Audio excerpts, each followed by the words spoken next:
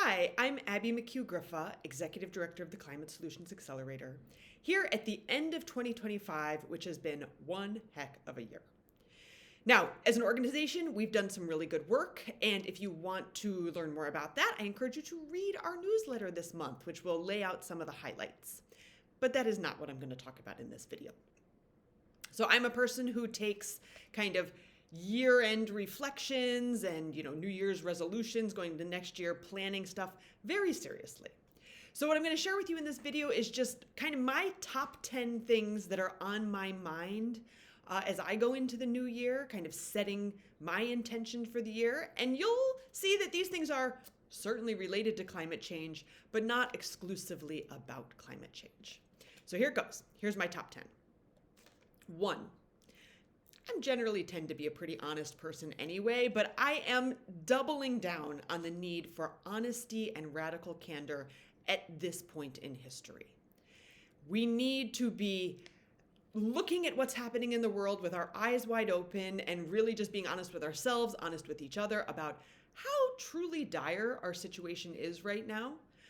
So honesty, radical candor, that's my number 1 for 2026. Number 2, which is very much related, is the need to cultivate critical thinking skills, systems thinking, and strategic thinking. And of course, we're just starting our strategic planning process, so this is also very top of mind for me. But again, the need to not just kind of see our narrow lens on what's happening in the world, but to be able to see the bigger picture, step back, see how different things relate. Again, climate change, I care about a lot. I'm very concerned, but I don't think it's the one and only issue. And I do think it's related to a lot of other issues, which brings me to point number 3 on my list. The need to identify root causes and the mental models that underlie not just climate change, but quite a few problems that we're seeing right now. So this is, of course, an element of the 6 conditions of systems change from the What Are Systems Change report, which you may be familiar with. If you're not, I'd recommend you check it out. Again, kind of even to learn, how does one think systemically? What does it mean to approach a problem from a systems perspective? But this idea of what are the ideas that underlie the problem? Some that come to mind right away for me are zero-sum thinking, right? The idea that if one person wins, the other necessarily loses. Just this general us against them mentality that has pervaded our culture.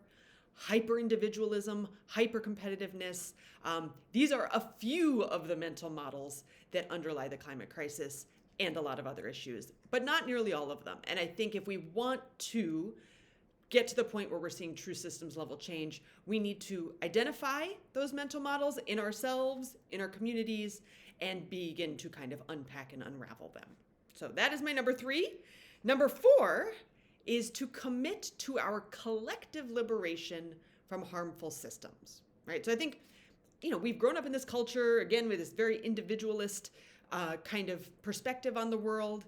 And so we think about our individual freedoms. We think about our individual safety, our individual needs. And I honestly just don't think that works very well.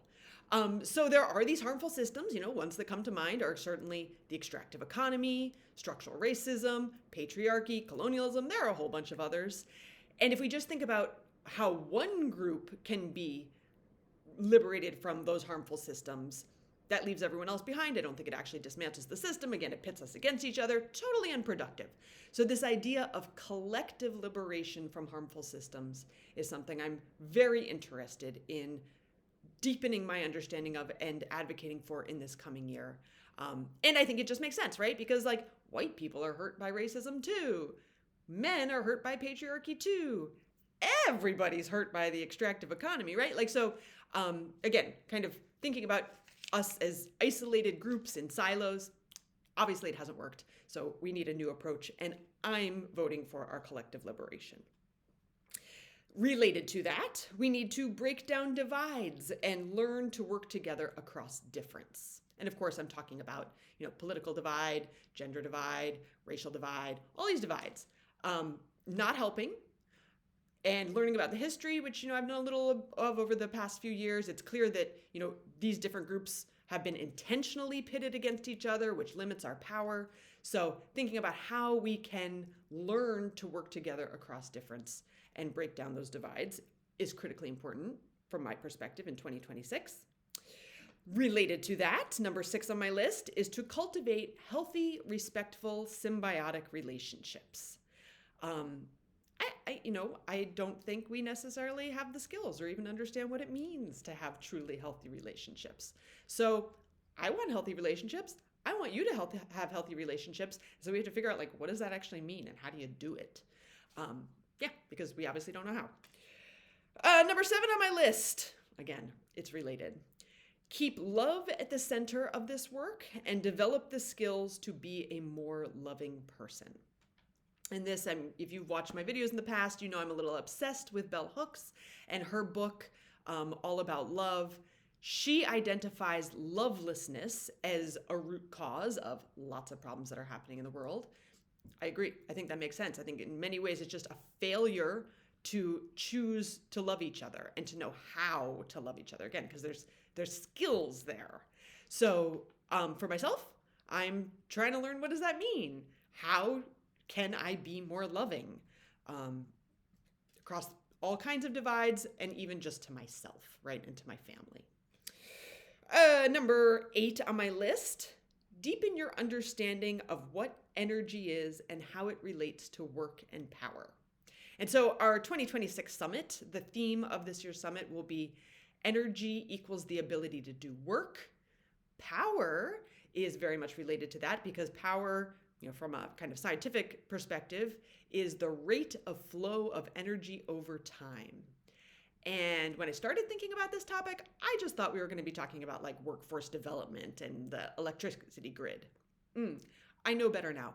Energy is a big topic that I think even us climate activists don't really understand in kind of a comprehensive, holistic, and necessarily helpful way. So deepening, broadening understanding of what energy is, how do we regulate and direct our energy, and how is that related to work and power? Such a ripe area for exploration. I invite you to save the date for the summit, April 24th and 25th, where we will be digging into this in a deeper way. But for me, I've been thinking about it a lot over this past year, 2025, and I really look forward to doing more of that in 2026 because I know that I do not know it all at this point. And number 9 on my list, honor, respect, retain, and invest in your humanity. I put this one on the list specifically because I'm real worried about AI right now and how that is separating us from our humanity. And of course, some technology in general, again, these systems that pit us against each other. But personally, I like humans. I think humans are amazing, capable of fantastic things. So I want to invest in the human economy rather than the robot economy. I want to invest in life rather than investing in machines. So I will be thinking about this a lot more in 2026 and inviting others to join me in kind of doubling down on humanity and all the beautiful and tricky things that go along with being human.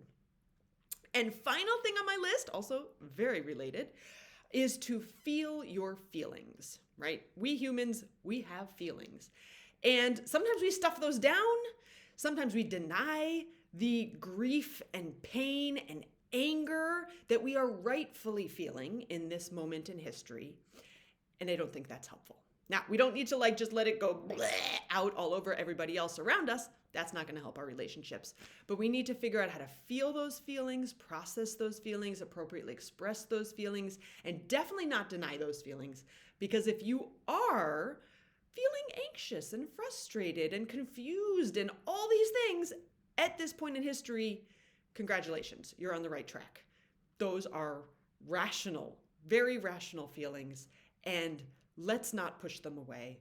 Let's learn how to deal with them and then take, kind of loops back to the beginning here, right? About honesty and radical candor and systems thinking and that understanding. And the more you kind of dig into it, the more you're going to be like, oh my goodness, things are bad right now. But we can do something about it. Our choices do matter. And so I hope you will join me in 2026 and beyond in, processing these 10 things on the list, figuring out how we actually operationalize them and live in a way that aligns with our values and our goals as a community. So thank you. Hope you have a good end of the year. Happy holidays. And I look forward to working with you next year.